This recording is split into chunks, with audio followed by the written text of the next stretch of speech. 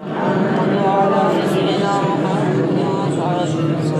بلند آواز سے پڑھیے اللهم صل على سيدنا محمد وعلى سيدنا محمد واصحابه سيدنا محمد وبارك وسلم عليه صلاة وسلام عليك يا رسول الله صلاة وسلام عليك يا نبي الله صلی اللہ تعالی علیہ وسلم. اللہ رب العزت کا لاکھ لاکھ شکر ہے کہ اس پاک پروردگار نے آج ہمیں اپنے نبی پاک صلی اللہ علیہ وسلم کا سفر معراج ذکر معراج سننے اور سنانے کی سعادت نصیب فرمائی. اور یہ بڑی خوش نصیبی اور خوش قسمتی کی بات ہے کہ اللہ نے ہمیں آج نبی کا ذکر سننے کے لیے سعادت عطا فرمائی. ہم تو گنہگار لوگ ہیں، ہمارے پاس ایسے عمل نہیں، ایسی زبانیں نہیں، ایسے کان نہیں کہ ہم اس پاک نبی کا ذکر سنیں اور سنائیں. ابھی قاری صاحب ذکر فرما رہے تھے کہ وہ ہمارے نبی کریم صلی اللہ علیہ وسلم اپنی امت کے لیے پوری رات ہوتے تھے. اور سورہ مزمل جو ہے پارہ 29 کے اندر فرماتا ہے یا ایھا المزمل قم اللیل الا قلیلا. تو میرا کہ کریم صلی اللہ علیہ وسلم جو ہے رو رو کر نڈھال ہوا کرتے تھے. میرا رب جو ہے رب کو یہ گوارا نہیں ہوتا تھا کہ میرا نبی اس انداز سے روے اور اپنی امت کے لیے اس انداز سے گریہ وزاری کرے.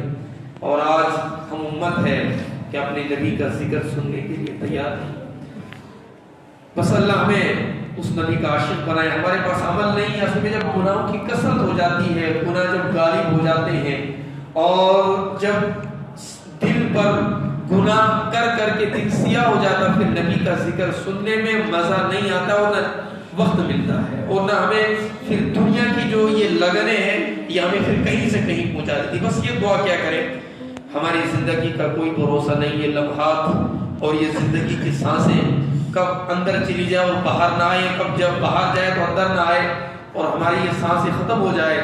پھر ہم اس وقت تو کہیں گے کاش لولا اخرتنی الی اجل قریب فاصدق واکن من الصالحین. کہے گا بندہ جب موت آئے گی، بندہ کہے گا مولا بس تھوڑی سی مدت دے دے، فاصدق میں صدقے بھی کروں گا، خیرات بھی کروں گا، واکن من الصالحین میں نیک بھی بنوں گا. لیکن رب فرمائے گا نہیں اذا جاء اجلهم لا يستأخرون ساعة ولا يستقدمون. جب کسی کی موت آتی ہے اور جب اس کی روح نکل جاتی ہے اور بالکل جب اس کے پاؤں سے جب جان نکلنا شروع ہو جاتی ہے اس وقت بندہ کہتا ہے، لیکن رب کہتا نہیں بندے تجھے تو مہلت دی تھی نا، تجھے موقع بھی فراہم کیے تھے، تجھے شب برات دی تھی، شب معراج دی تھی، شب قدر دی تھی، یہ سب بڑی بڑی راتیں تجھے کیوں دی تھی؟ تاکہ تو ان راتوں میں آ کر اللہ سے توبہ کرے. لیکن تو ان راتوں میں بھی فارغ نہیں ہوا، تو جمعہ میں بھی فارغ نہیں ہوا، تجھے تو 5 وقت بھی نماز پڑھنے کا ٹائم نہیں ملا. بندے نے تجھے مہلت دی تھی، یہ 30 سال، یہ 40 سال، یہ 50 سال، یہ 60 سال میں تجھے زندگی دی تھی، لیکن تجھے اس میں بھی موقع نہیں ملا. اب تو موقع مانگتا ہے. نہیں اذا جاء اجلهم لا يستأخرون ساعة ولا يستقدمون. جب بندے کو موت آئے گی تو نہ وہ ایک لمحہ پیچھے جائے گی اور نہ ایک لمحہ آگے جائے گی. بس وہ وقت آنے سے پہلے رب نے یہ بہانے کیے ہیں، یہ شب معراج، یہ شب برات، یہ شب قدر، یہ عید کی راتیں، یہ رمضان کی راتیں، یہ اللہ نے صرف یہ بہانے کیے کہ ہم اللہ سے توبہ کریں اور اللہ ہماری بخشش فرما دے. اور یہ معراج کی رات، معراج کا معنی کیا ہے؟ معراج کا معنی ہے کہ اللہ رب العزت نے اس رات میں اپنے نبی کو میرا کریم مکہ کے اندر تشریف فرما تھے، مکہ سے 7 آسمان پار کر کے لا مکان پر بلایا. معراج کا مطلب یہ ہے یعنی اللہ کے نبی صلی اللہ علیہ وسلم دنیا سے ملاقات کرنے کے لیے رب کی بارگاہ میں، کیونکہ ہمارا رب جو ہے یہ مکان سے پاک ہے، جگہ سے پاک ہے. رب کی ذات جو یہ لا مکان میں ہے، لا مکان، تو وہیں پر اپنے نبی کو بلا کر اپنے قرب خاص میں، اپنے جلووں میں بلا کر فَأَوْحَى إِلَىٰ عَبْدِهِ مَا أَوْحَىٰ، اپنے نبی کو جو عطا کرنا تھا وہ عطا کر دیا. نبی کریم صلی اللہ علیہ وسلم ایک رات مکہ کے اندر اپنی چچیری بہن حضرت ام ہانی کے گھر میں آرام فرما رہے تھے. آپ نے نماز عشاء ادا فرمائی. نماز عشاء ادا کرنے کے بعد میرا کریم صلی اللہ علیہ وسلم آرام فرمانے لگے اور آرام فرما کر میرا کریم آرام فرما رہے تھے. اچانک کیا ہوا کہ اللہ رب العزت کا حکم ہوا. حضرت جبرائیل، حضرت میکائیل اور حضرت اسرافیل علیہ السلام ورحمۃ اللہ کے ان پر سلام ہو اور پر اللہ کی رحمت ہو، تو ان کو جو ہے اللہ نے بھیجا اور ان تینوں فرشتوں کے ساتھ جو 70,000 فرشتے تھے، 70,000 فرشتوں کے ساتھ میں یہ حضور علیہ السلام کے جو آپ ام ہانی کے گھر میں تشریف فرماتے ہیں وہاں پر آپ گئے اور دروازہ بند تھا تو چھت کو چیر کر جبرائیل امین علیہ السلام حضور علیہ السلام کے بارگاہ میں گئے اور جا کر حضور اسلام کو بیدار فرمایا اور بیدار فرما کر کہا کہ اللہ رب العزت کا بلاوا آیا کہ آپ لا مکان پر تشریف لا کر اللہ رب العزت کے قرب خاص میں اللہ کے جنوں میں تشریف لائیں. حضور علیہ السلام آپ کھڑے ہو گئے، آپ نے وضو فرمایا اور وضو فرمانے کے بعد آپ نے 2 رکعت نفل اپنے ادا فرمائی اور اس کے بعد آپ کے لیے براق لایا گیا اور آپ اس براق پر سوار ہوئے. براق کیا ہوتا ہے؟ مفسرین نے فرمایا یہ جو براق ہے یہ گھوڑے سے چھوٹا اور گدھے سے بڑا یعنی درمیانی جانور ہے. اس انداز کا یہ جانور تھا.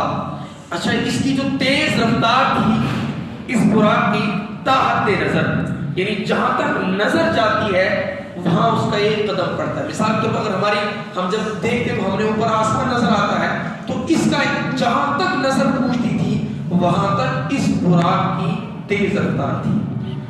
اس براق نے مسجد حرام یعنی مکہ سے جو خانہ کعبہ وہاں سے لے کر مسجد اقصی تک جو کہ 7 مہینے کا سفر ہے، جس کو قرآن پاک نے فرمایا ہے من المسجد الحرام الى المسجد الاقصی، یہ جو 7 مہینے کا سفر ہے یہ چند لمحوں میں اس براق نے طے فرما لیا.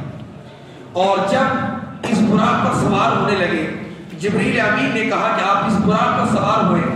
جب میرا کریم صلی اللہ علیہ وسلم براق پر سوار ہونے لگے تو وہ براق جو ہے دھدکنے لگا، وہ شوخی کرنے لگا، یعنی وہ جو ہے جس کو ہم بولتے ہیں وہ جھڑکنے لگا اور وہ ناچنے لگا. تو جبرائیل امین نے اس براق سے کہا اے براق، کیا تو نہیں جانتا کہ تیرے اوپر کون سوار ہونے والا ہے؟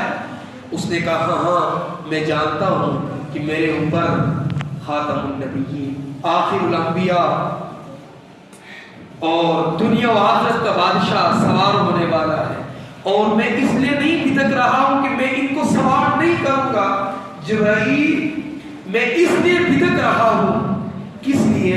کہا اس لیے بھٹک رہا ہوں کہ آپ ان سے ضمانت لے لو. جبرائیل آپ اس اللہ کے نبی سے ضمانت لو تاکہ قیامت کے دن یہ میری شفاعت کی ذمہ داری ہے. سبحان. کہا آپ اس دن سے وعدہ لیں کہ قیامت کے دن یہ اللہ کا نبی میری شفاعت فرمائے گا. تو جبرائیل امین نے حضور علیہ السلام سے عرض کی کہ یہ آپ سے وعدہ لینا چاہتا ہے کہ آپ کل قیامت کے دن اس کی شفاعت فرمائیں. تو اس نے کہا میرا کریم صلی اللہ علیہ وسلم نے فرمایا ہاں میں براق سے شفاعت کا وعدہ فرمایا. ہاں یہ وہ براق تھا کہ جس نے موقع بھی اپنے ہاتھ سے نہیں جانے دیا. حالانکہ یہ تو جانور ہے، جانوروں پر تو کوئی حساب نہیں اور یہ کتنا مطلب برکت والا اور عظمت والا یہ جانور ہے کہ جس پر اللہ کا نبی سوار ہو. یار اس سے بڑا کوئی فضیلت والا ہو سکتا ہے کہ جس پر اللہ کا نبی سوار ہو پھر وہ معراج کے لیے جائے. لیکن اس نے بھی کہا کہ آپ ان سے بتا دیں کہ کل قیامت کے دن میری شفاعت کریں. ہاں یہ تو ایک جانور ہے لیکن ہم تو گناہوں میں نچڑے ہوئے ہیں، گناہوں میں پڑے ہوئے ہیں. ہمارے کبھی آنکھوں سے آنسو نہیں بہتے ہیں اور کبھی ہم اللہ کے نبی کی بارگاہ میں یاد نہیں کرتے ہیں مولا کہ ہم نے تو تیرے گناہ کیے ہیں، آپ بھی اللہ کے نبی سے ہماری شفاعت کریں. لیکن کبھی ہمارے آنسو نہیں بہتے ہیں، کبھی ہمارے آنسو نہیں بہتے ہیں.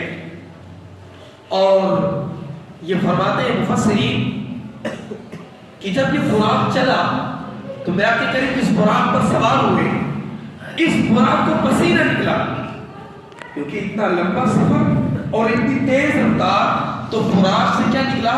پسینہ نکلا. مفسرین لکھتے ہیں کہ منقول ہے کہ سفید گلاب جبریل امین علیہ السلام کے پسینے سے اور زرد گلاب براق کے پسینے سے پیدا کیا گیا. یہ جو گلاب دنیا کے اندر آپ آج نظر آتے ہیں، یہ گلاب جبریل جو سفید گلاب ہے یہ جبریل امین کے پسینے سے ہے، اور یہ زرد گلاب جو پیلا جو گلاب ہے یہ براق کے پسینے سے ہے. اور حدیث شریف میں ہے، حضرت انس رضی اللہ تعالیٰ سے مرفوعاً مروی ہے کہ حضور علیہ السلام نے فرمایا کہ مجھے آسمان پر معراج کے لیے بلایا گیا تو زمین رونے لگی. اس کے رونے سے اس کے انگور زرد ہو گئی. جب زمین رونے لگی، کیوں زمین رونے لگی؟ کہ آج ایک لمحے کے لیے بھی اللہ کا نبی مجھ سے جدا ہو کر آسمانوں پر جا رہا ہے. زمین بھی یہ گوارا نہیں کرتی ہے کہ اللہ کا نبی مجھ سے جدا ہو جائے. زمین بھی یہ گوارا نہیں کرتی ہے. اور میرا کریم تب سے لے کر آج تک زمین پر ہی تشریف فرمائے. جب باحیات ہے تب بھی زمین پر اور آج بھی زمین پر ہے. لیکن جب ایک لمحہ اللہ کا نبی آسمانوں پر چلا گیا تو زمین رونے لگی. مفسرین حدیث پاک میں حضور نے فرمایا جب یہ زمین رونے لگی میرے فراق میں تو اس کے جو انگور تھے یہ انگور کیا ہو گئے؟ زرد ہو گئے. جب میں معراج سے زمین پر واپس ہوا، وہاں سے جب واپس آیا تو میرے پسینے کے قطرات زمین پر پڑے. میرے پسینے کے قطرات زمین پر پڑے تو اس سے گلاب کا پھول پیدا ہوا. اور پھر میرا کریم نے فرمایا اب جو شخص میری خوشبو سونگھنا چاہتا ہے تو اسے چاہیے کہ سرخ گلاب سونگھے. یہ جو سرخ گلاب ہے اس میں آپ دیکھیں کتنی خوشبو ہوتی ہے اور پھر یہ لگتا کتنا خوبصورت ہے. تو جب حضور کے پسینے سے پیدا ہونے والے گلاب کی خوشبو کا یہ عالم اور گلاب اتنا خوبصورت ہے، بتاؤ پھر وہ نبی کتنا خوبصورت ہوگا، وہ نبی کتنا حسین ہوگا، اس کا عالم کیا ہوگا. اور پھر میرا نبی کریم صلی اللہ علیہ وسلم جب سفر پر تھے تو دوران سفر اللہ کے نبی صلی اللہ علیہ وسلم نے کچھ چیزوں کو ملاحظہ فرمایا، کچھ چیزوں کو دیکھا. انہی چیزوں میں سے اللہ کے نبی صلی اللہ علیہ وسلم دیکھا، کیا دیکھا کہ حضور فرماتے میں نے ایک کونے میں بڑھیا کو دیکھا. ایک بڑھیا ہے وہ کونے میں بیٹھی ہوئی ہے. اللہ کے نبی فرماتے ہیں اور کہ حضور فرماتے ہیں کہ میں نے ایک کونے میں بڑھیا کو دیکھا اور وہ آپ کو پکار رہی تھی، میرے آقا کریم کو بلا رہی تھی. وہ بوڑھی عورت اس کی طرف بھی توجہ نہ دی. حضور فرماتے ہیں میں نے اس کی طرف توجہ، اس بوڑھی عورت کی توجہ نہ دی. جبریل امین سے پوچھا یہ کون ہے؟ حضور نے پوچھا یہ بوڑھی عورت جو کونے میں بیٹھی ہوئی یہ کون ہے؟ جبریل امین نے عرض کی یہ دنیا ہے. یہ بوڑھی عورت یہ دنیا ہے. اس کی مثال بڑھیا کی ہے کہ جس طرح بڑھیا اپنی زندگی کی آخری منزل طے کر رہی ہے، ایسے ہی یہ دنیا اب ختم ہونے والی ہے. اس کی عمر اتنی رہ گئی ہے جتنی اس بڑھیا کی رہ گئی. کیونکہ کبھی یہ جو دنیا ہے بتایا جاتا ہے کہ حضرت ابراہیم علیہ السلام کے زمانے تک یہ دنیا جوان تھی اور پھر میرے آقا کریم صلی اللہ علیہ وسلم کے زمانے تک یہ دنیا ادھیڑ عمر کی ہو گئی اور اب دنیا بوڑھی ہو چکی ہے. بوڑھی کا مطلب اب یہ قیامت کے بالکل قریب ہے. اور میرے آقا کریم صلی اللہ علیہ وسلم نے ایک اور آپ نے ایک حالت دیکھی، قوم دیکھی. کیا دیکھا؟ اسی سفر کے دوران حضور علیہ السلام دیکھا کہ خیانتی انسان کی مثال دکھائی گئی کہ ایک مرد لکڑیوں کا گٹھا اٹھاتا ہے، ایک لکڑی جمع کرتا ہے اور لکڑیوں کو جمع کر کے پھر ان کو اٹھاتا ہے. میرا کریم نے یہ دیکھا ایسا آدمی ہے جو لکڑیوں کو جمع کرتا ہے اور لکڑیوں کو اٹھانے کے بعد جمع کو اٹھاتا ہے لیکن اٹھا نہیں سکتا ہے. لکڑیوں کو اٹھاتا ہے لیکن اٹھا نہیں سکتا ہے.